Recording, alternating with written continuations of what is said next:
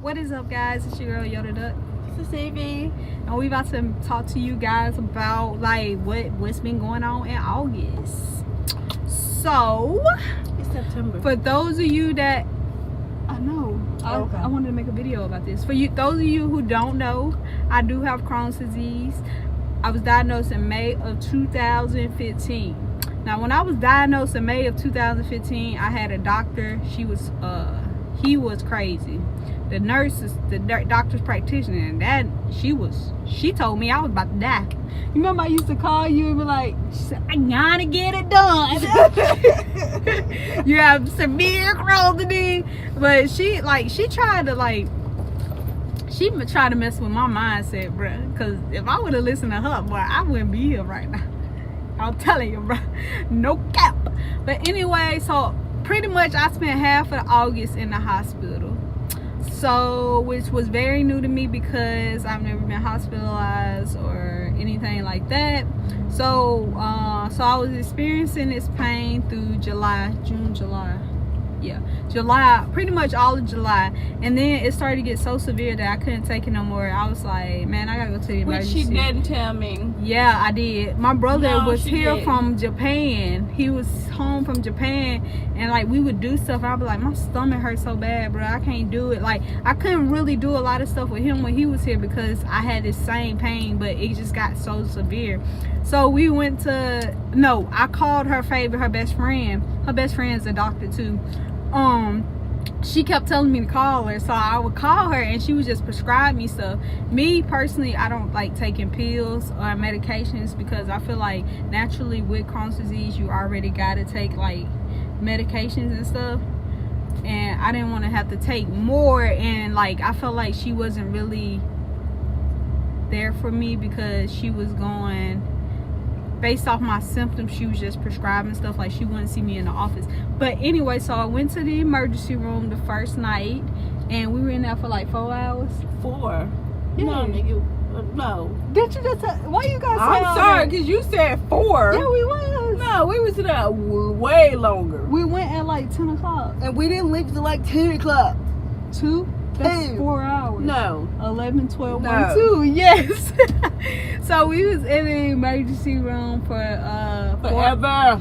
for 4 hours, and like they were running tests or whatever. They scanned my stomach and then they figured out I had an abscess in my stomach. They was giving me fluids and antibiotics. One of the antibiotics made me. Why you acting like you on drugs?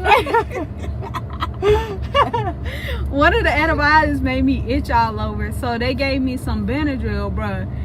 I ain't gonna lie, the Benadryl felt good because it instantly hit you, but then I was done. When I got up out that bed, I said, I feel so, and I fell, and I went to the bathroom, which was horrible because I was throwing up and pooping at the same time. By the way, they gave me diarrhea, all that stuff they was pumping into me.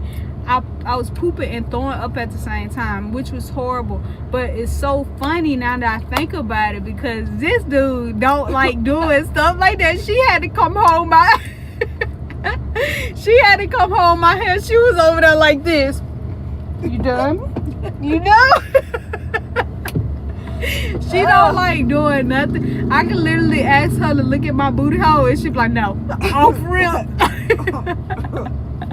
So they made me sick, so then they sent me to another hospital where they admitted me. I was there for 6 days, and they didn't. Oh, did I tell them what I had? I had an abscess in my small intestine. Pretty much I had a hole in my small intestines. Pretty much. So that's where the pain was coming from, and I didn't know it. So they had tried to treat it with antibiotics because it was so small. They was hoping that it would close.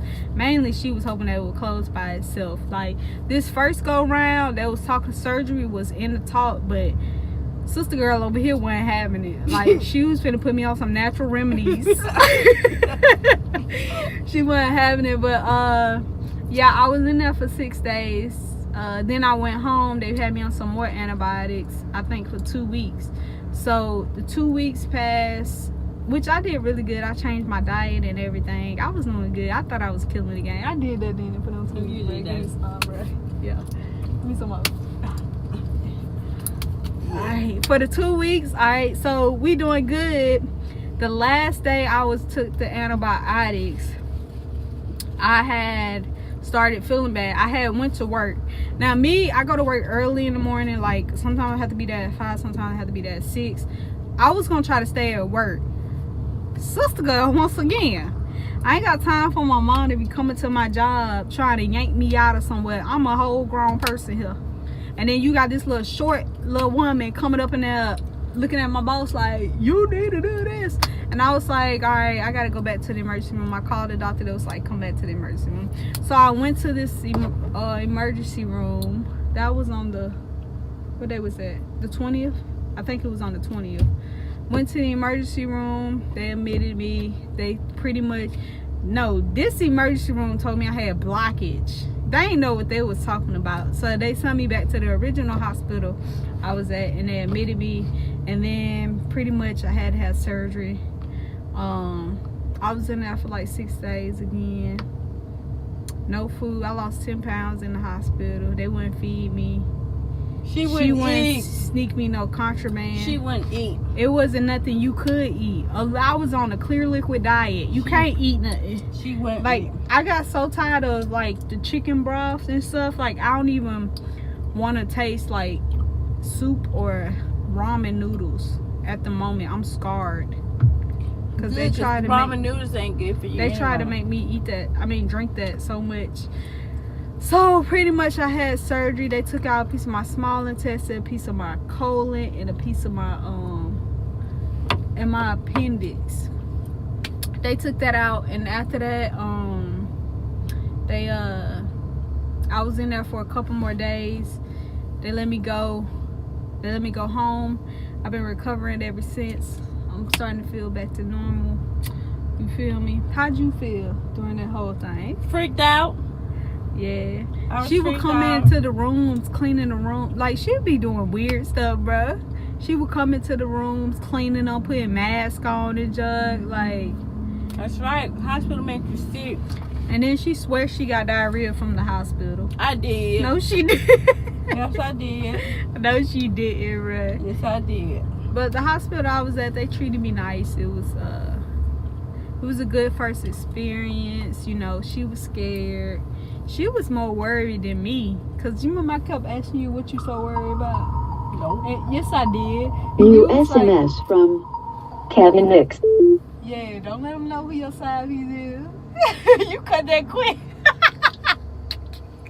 Nah, you kept saying, you don't understand what's going on with you. You don't. See, she was more worried than me. She when I don't be like hyped about something. No, you ain't got to be hyped. Listen, she already already know what I'm about to say. Everybody say you got to be all hyped. Bro, when she was just playing around. That's right. She was just playing around. When I don't be hyped about something, somebody tell me, like literally, they could tell me I'm about to die, and I'll just be like, okay, I won't ask no questions or nothing. And she'll get mad. What you mean you about to die? She be going ham. I was like, is this you or me? Like, I feel like in situations like this, like, you have to be calm. Somebody has to be calm. And I'm calm. In this situation, no, you're not.